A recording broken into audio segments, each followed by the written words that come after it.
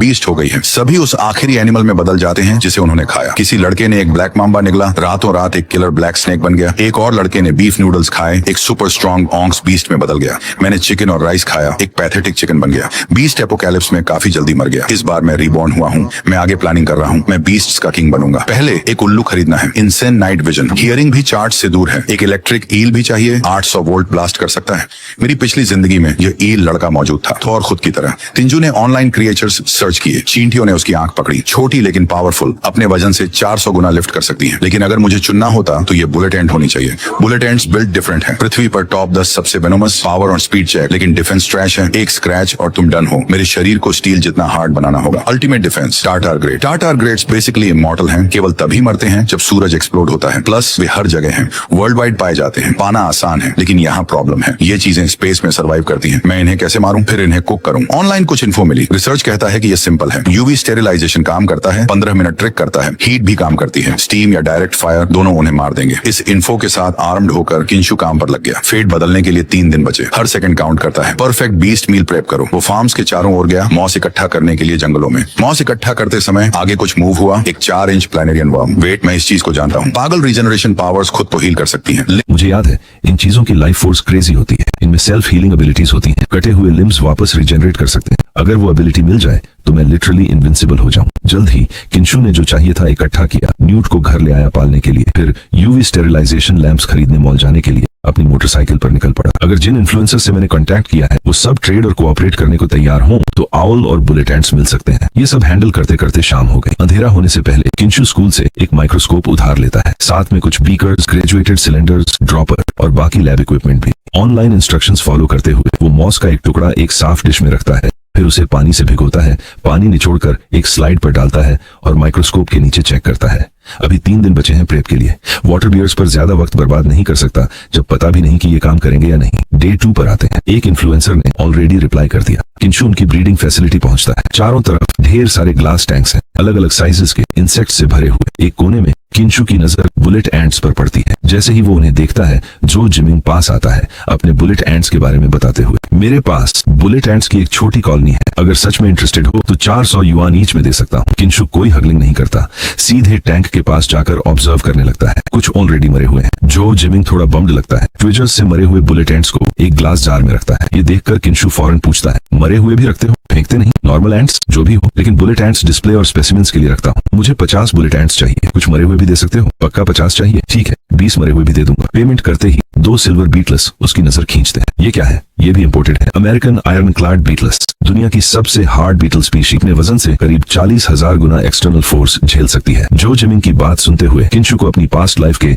2 unstoppable iron beasts याद आते हैं। अचानक रियलाइज होता है वो आयरन क्लैड बीटल्स के 1000 गुना स्केल्ड अप वर्जन लग रहे थे। बीस्ट ट्रांसफॉर्मेशन आने पर एनिमल्स और इंसेक्ट्स भी ट्रांसफॉर्म या म्यूटेट होते हैं, जैसे जू के टाइगर्स। अगर उन्होंने चिकन खाया हो तो वो फ्लाइंग टाइगर्स बन जाते हैं, लेकिन म्यूटेशन के लिए मैसिव एनर्जी चाहिए। कमजोर वाले एक्सप्लोड होकर मर जाते हैं। लेकिन आयरन क्लैड बीटल्स जितनी हार्ड चीज के लिए म्यूटेशन कोई बड़ी बात नहीं। किंशु मुश्किल से अपनी एक्साइटमेंट रोकता है। आयरन क्लैड बीटल्स 20,000 में खरीद लेता है। जो जिमिंग की हेल्प से एक अमेरिकन इलेक्ट्रिक ईल भी मिल जाता है। फिर किंशु पेट मार्केट जाता है देखने कि कोई आउल्स ब्रीड कर रहा है या नहीं। किस्मत साथ देती है, 3000 खर्च करके पेट मार्केट में एक आउल मिल जाता है। वक्त उड़ते उड़ते अगस्त 31 आ जाता है। बीस्ट ट्रांसफॉर्मेशन में बस 1 दिन बाकी है। ये श्योर करने के लिए कि उसके स्टमक में कोई और अनडिजेस्टेड मीट न हो, किंशु लगातार 2 दिन सिर्फ वेजिटेबल्स खाता है। अचानक याद आता है कि उसने कोई वेपन नहीं खरीदा। बाहर निकलता है एक स्लेज हैमर लेने। रास्ते में मार्केट से गुजरता है। कुछ एलिगेटर मीट और चॉकलेट उठा लेता है। घर वापस आकर किंशु वाटर बियर्स को एक छोटे कंटेनर में रखता है। फिर नॉर्मल एंट्स भूनता है, उन्हें क्रश करता है, मेल्टेड चॉकलेट में मिक्स करता है। एंट चॉकलेट बीन्स बन जाते हैं। एलिगेटर मीट के मीट बॉल्स बनाता है अपने उस टीचर के लिए जिसने उसकी हेल्प की थी, और अपने क्लोज क्लासमेट्स के लिए भी। सितंबर 1 स्कूल शुरू। किंशु रजिस्टर करने नहीं जाता। सुबह 9 बजे उठता है। उसके होमरूम टीचर ने कई बार कॉल किया था, फिर टेक्स्ट करके पूछा कि स्कूल क्यों नहीं आया, और ये भी कि क्या उसने स्कूल से माइक्रोस्कोप लिया है। लगता है स्कूल को पता चल गया और उसकी टीचर ने उसके लिए कवर किया। किंशु अपनी टीचर को कॉल बैक करता है। वो उठाती है। फौरन एक वरीड आवाज आती है, किंशु क्या हुआ, किसी मुसीबत में हो? किंशु मुस्कुराकर कहता है, नहीं। तो स्कूल क्यों नहीं आए? कुछ दिन पहले आए और माइक्रोस्कोप और लैब इक्विपमेंट ले गए। लुरु को लगा था किंशु जरूर किसी मुसीबत में है, तभी स्कूल में छुपकर माइक्रोस्कोप लेने आया। उसने प्रिंसिपल को पुलिस बुलाने से रोका, खुद जिम्मेदारी ली और नुकसान भी खुद उठाया। मैं बस एक एक्सपेरिमेंट करना चाहता था। माइक्रोस्कोप और और बाकी चीजें बोरो की थी। स्कूल शुरू होने पर वापस करने वाला था। फिर मैंने ड्रॉप आउट करने का डिसाइड किया तो तुरंत वापस नहीं किया। चिंता मत करो, दोपहर तक स्कूल आकर सब वापस कर दूंगा। लुरु ये सुनते ही कि वो ड्रॉप आउट कर रहा है जल्दी से बोलती है, ऐसा मत सोचो, सीनियर ईयर कंप्लीट करो, ठीक है? अगर सच में किसी मुसीबत में हो तो बता सकते हो, मैं हेल्प कर सकती हूँ। ये सुन किंशु को अपनी टीचर का ट्रांसफॉर्मेशन के बाद का वो हैरान करने वाला लुक याद आ जाता है। फिर उसके बाद का वो दर्दनाक खून से भरा सीन। अपनी पास्ट लाइफ में टीचर लुरु कई स्टूडेंट्स की तरह एक पिग पर्सन में बदल गई थी, लेकिन फिर भी वो ट्रांसफॉर्म्ड स्टूडेंट्स को धीरे से कंफर्ट करती रही। तभी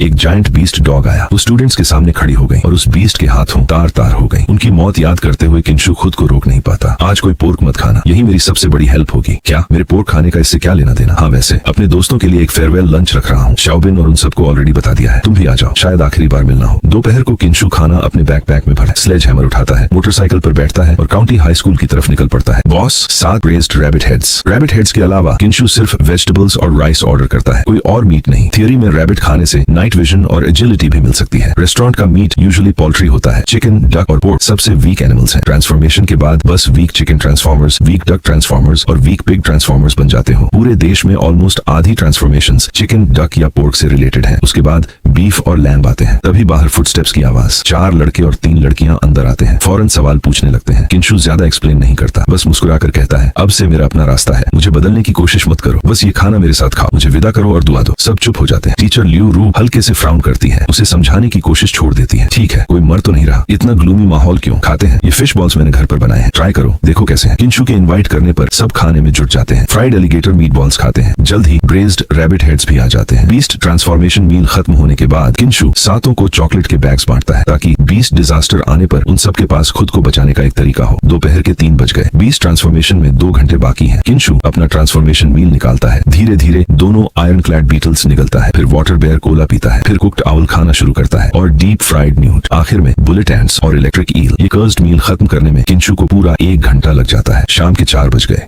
में 1 घंटा बाकी है। किसी को नहीं पता ये डिजास्टर कैसे शुरू हुआ, लेकिन बहुत लोग मानते हैं कि इसकी वजह सूरज है, क्योंकि इस दिन से सूरज ब्लड रेड हो गया। लोग सड़कों पर भीड़ लगाए हैं, सोच रहे हैं आज का सनसेट कितना खूबसूरत है, उसमें छुपा हुआ अपोकैलिप्स नहीं देख पा रहे। अचानक किंशु के स्टमक में दर्द उठता है। क्या ट्रांसफॉर्मेशन ऑलरेडी शुरू हो गई? किंशु बेड पर सिकुड़ जाता है, खून जैसे उबल रहा हो, हर पोर से पसीना बह रहा है, पीठ में दर्द और खुजली जैसे कुछ बाहर निकल रहा हो, पूरे शरीर की स्किन क्रैक होने लगती है, आंखें अंधी हो जाती हैं। इधर सभी इंसान और जानवर ट्रांसफॉर्मेशन कंप्लीट कर चुके हैं। किंशु के हाई स्कूल में टीचर लियू रू एक रैबिट गर्ल बन गई है, साथ में क्लास प्रेसिडेंट वांग सिटिंग और किंशु की डेस्कमेट चेनमैन गयाओ भी।